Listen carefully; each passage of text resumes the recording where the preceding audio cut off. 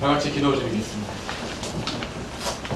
하나님, 부활의 이 아침 다시 사신 주님을 맞이하며 그 생명의 말씀을 듣기 원합니다. 어둠 속에 살아가고 있는 주의 자녀들을 불쌍히 여기셔서 그 어둠을 이기고 찬란히 빛나는 새 삶을 경험하게 하옵소서. 예수님의 이름으로 기도드립니다. 아멘. 오늘은 예수께서 죽음을 이기고 다시 사신 부활 주일입니다. 사도 베드로가 오순절 설교에서 말한 것처럼 유대인들은 로마 제국의 힘을 빌어 예수를 십자가에 못 박아 죽였지만 하나님께서 그를 죽음의 고통에서 풀어서 살리셨습니다. 기독교 신앙이 태어난 주후 1세기의 상황을 돌아보면 몇 가지 대답하기 힘든 질문들이 있음을 발견할 수 있습니다. 그중 하나는 이것입니다.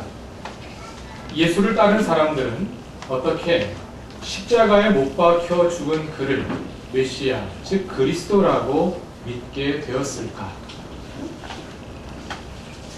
우리가 믿는 기독교라는 말에서 기독은 그리스도를 한자어로 쓴 것입니다. 그러니까 기독교하고 그리스도교, 이 말은 같은 말입니다. 그리스도교는 예수가 그리스도다 하고 믿는 종교입니다. 그리스도는 헬라어인데 히브리어 메시아를 직역한 것입니다. 메시아는 기름 붓다라는 뜻의 동사 마사크에서 나온 명사로 기름 부음 받은 자라는 뜻입니다. 헬라어에도 기름 붓다라는 뜻의 동사 크리오가 있습니다. 이 동사에서 기름 부음 받은 자라는 뜻의 명사 크리스토스, 즉 그리스도가 나온 것입니다. 그러니까 메시아와 그리스도는 똑같은 말입니다. 예수가 그리스도이다, 예수가 기름 부음 받은 자이다 하는 말은 무슨 뜻일까요? 이스라엘에는 취임식할 때 머리에 기름을 붓는 직책이 세 가지가 있습니다.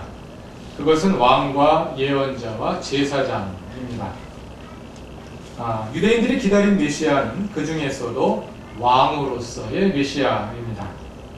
다윗과 같은 위대한 왕이 일어나서 이스라엘 민족을 연이은 제국의 압제로부터 구원해 주기를 기다린 것이 유대인들의 메시아 대망입니다.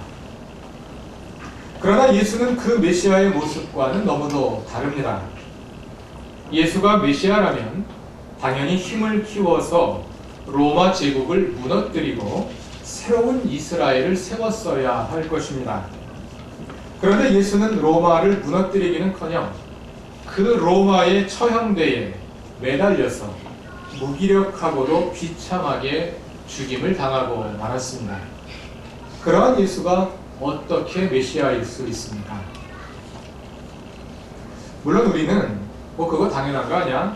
성경에 다 그렇게 기록되어 있잖아. 예수님이 생전에 다 그렇게 가르쳐 주셨잖아 하고 물을 수도 있습니다. 왜냐하면 우리는 처음부터 예수를 십자가에 달리신 분으로 소개받았고 또 그것이 그리스도의 당연한 모습인 줄 알고 있기 때문입니다. 그러나 어쩌면 그것은 답을 다 알고 난 후에 문제를 푸는 것과 같아서 우리에게는 너무 쉬운 일이 될 수도 있습니다. 그러나 초대교인들에게는 그렇지 않았습니다. 처음 예수를 만난 사람들에게 그것은 도무지 이해할 수 없는 불가사의한 일이었습니다.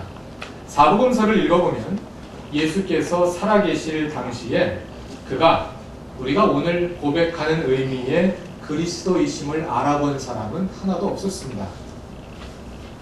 빌립보 가이사랴에서 예수가 제자들에게 사람들이 나를 누구라고 하더냐 하고 물으실 때 제자들이 전해준 바에 의하면 사람들은 예수를 세례 요한이나 엘리야 또는 그와 같은 예언자들 중에 하나라고 생각하고 있었을 뿐 그가 하나님임을 알아본 사람은 하나도 없었습니다. 오직 베드로만이 예수가 그리스도, 즉 메시아라고 고백했지만 베드로의 기대 역시 예수의 참 모습과는 거리가 멀었습니다. 그래서 그 자리에서 사탄아 물러가라 하는 꾸짖음을 예수님으로부터 들을 수밖에 없었습니다. 예수께서 종려주일 예루살렘에 입성할 때도 제자들은 그가 왕이 되어 무력으로 로마를 정복하리라 기대했을 것입니다. 그러나 예수는 그와는 정반대의 모습으로 그토록 처참하게 로마의 죄수가 되어서 형장의 이슬로 사라지고 말았던 것입니다. 그리고 그날 예수의 제자들은 자신들에게도 불똥이 튈까 두려워서 모두 도망해 버렸습니다. 그럴 수밖에 없는 상황이었습니다. 예수는 로마에 의해 죽임을 당함으로 그가 메시아가 아님을 스스로 입증한 꼴이 되었기 때문입니다. 게다가 예수는 로마의 정치범으로 사형을 당했습니다. 제국의 서슬이 시퍼런 그 현실 속에서 예수와 조금이라도 관련되어 있다는 것은 매우 위험한 일이었습니다. 그러나 어떤 계기로인지 도망했던 사람들이 다시 몰려들었고 그 몰려든 사람들은 십자가에 죽은 예수가 바로 메시아라고 믿고 따르기 시작했습니다. 그 신앙운동은 매우 짧은 기간 안에 사울의 박해를 불러올 만큼 무시 못할 세력으로 성장했습니다.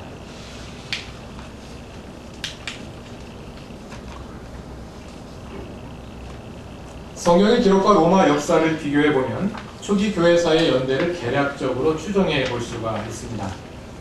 지난번에 확인한 것처럼 예수께서 공생애를 시작하신 때는 로마 황제 티베리우스의 즉위 제15년인 주후 제28년입니다. 예수의 공생애를 3년으로 잡는다면 그가 십자가에 돌아가신 해는 주후 제30년경입니다.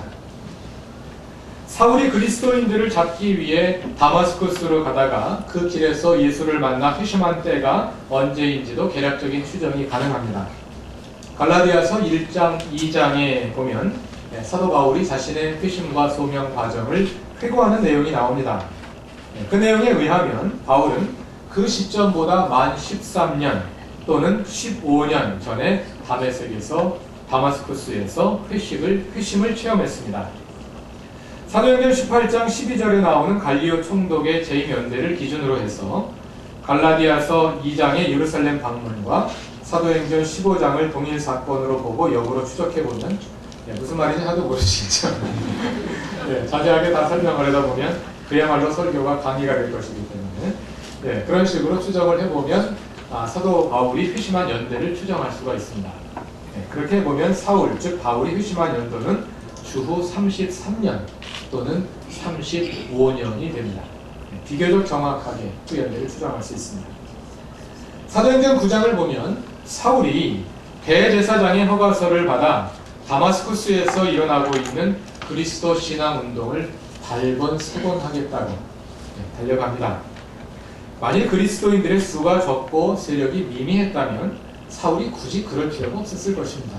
그냥 그러다가 사그라든 또 그런 운동들이 하나둘이겠습니까? 그 당시에 사울로 하여금 없애버려야 하겠다고 결심을 하게 만들었던 것은 기독교 운동이 그만큼 무시 못할 세력으로 이미 성장해 있었음을 보여주는 것입니다.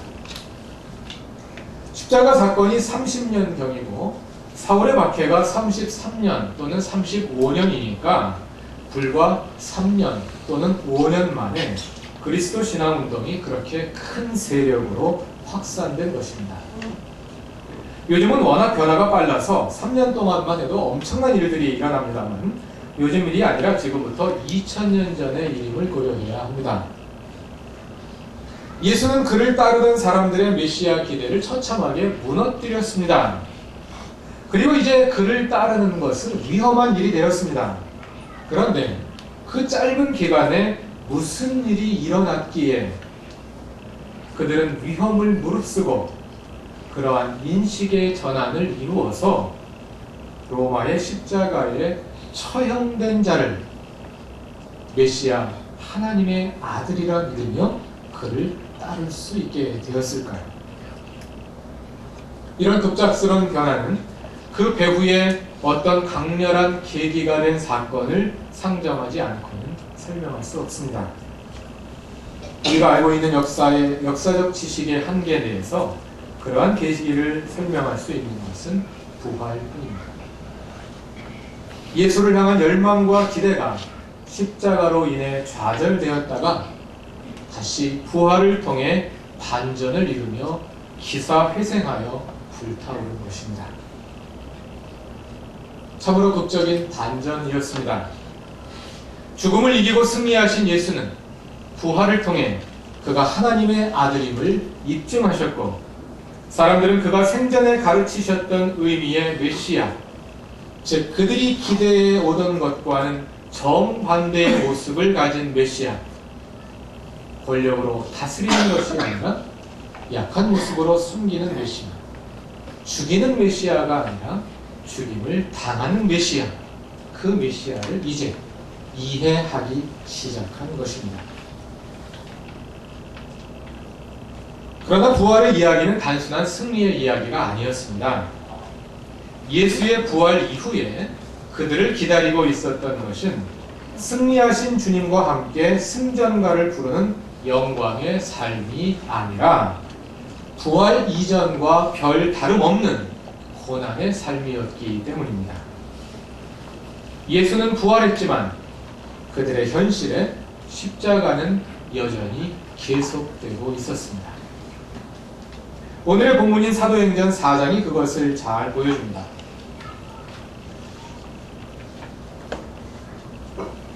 1절부터 3절까지 다 같이 읽어보겠습니다. 베드로와 요한이 아직도 사람들에게 말하고 있는데 제사장들과 성전 경비대장과 사두개파 사람들이 몰려왔다. 그들은 사도들이 백성을 가르치는 것과 예수의 부활을 내세워서 죽은 사람들의 부활을 선전하고 있는 것에 격분해서 사도들을 붙잡았으나 날이 이미 저물었으므로 다음 날까지 가두어 두었다. 그런데 거기까지. 예수가 부활하셨습니다. 그래서 사도들은 나가서 부활의 기쁜 소식을 선포했습니다. 그 결과 붙잡혀서 감옥에 갇혔습니다. 이것이 오늘 본문이 보여주는 초대교회의 현실입니다. 절망적인 재반전입니다. 이런 순간 대개 우리는 무릎에 힘이 풀려 쓰러지고 맙니다. 우리의 인생 역전이 한 번 일어나면 견딜만 하지만 두 번 일어나고 세 번 일어나고 반복하면 더 이상 견디지 못해 좌절하는 것이 우리 인간의 모습입니다. 그러나 그리스도인들은 이 거듭된 반전에도 좌절하지 않았습니다. 왜냐하면 그들에게서 부활이란 십자가의 고난 위에 피어난 꽃이었기 때문입니다. 부활신앙은 십자가 고난의 맥락에서만 그 의미가 온전히 드러날 수 있습니다. 오늘 한국교회가 세속적 기복신앙의 무차별 공격 앞에 이렇게 속수무책으로 무너지고 있는 것은 십자가를 잃어버렸기 때문입니다.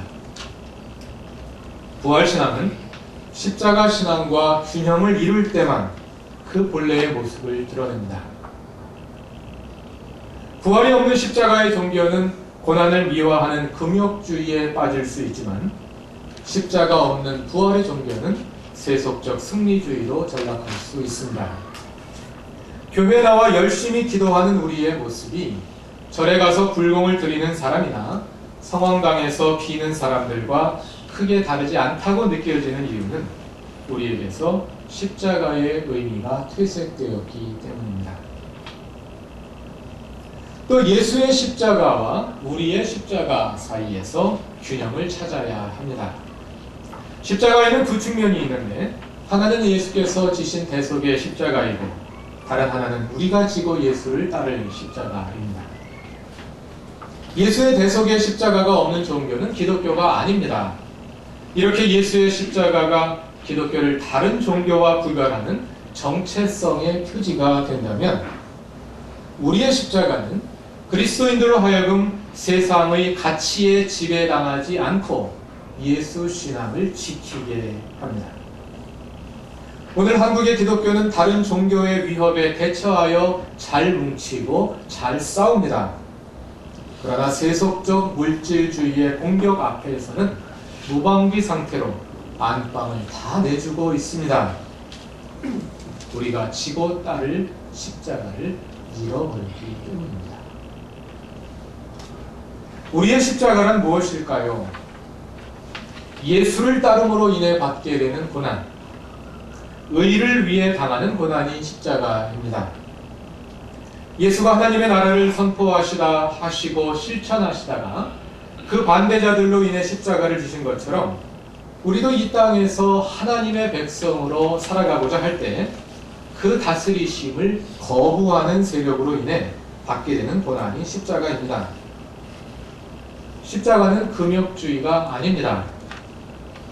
고난을 미워하는 것이 십자가가 아닙니다. 고난과 가난과 죽음은 결코 선한 것이 아닙니다. 하나님이 우리를 고난당하게 하시려고 만드신 것이 아닙니다. 하나님이 우리를 가난하게 살게 하려고, 하나님이 우리를 죽이려고 창조하신 것이 아닙니다. 그럼에도 불구하고 하나님의 백성이 이 땅에서 십자가를 지게 되는 이유는 이 땅의 현실에서 하나님 아닌 다른 세력이 힘을 떨치고 있기 때문입니다. 하나님은 결코 우리에게 고난을 주시지 않으나 하나님 아닌 세력이 우리의 현실을 좌지우지하기 때문에 이 땅에서 하나님의 뜻을 따라 살려고 하면 고난을 당하지 않을 수 없게 됩니다. 이것이 우리가 지고 예수를 따라야 할 우리의 십자가입니다.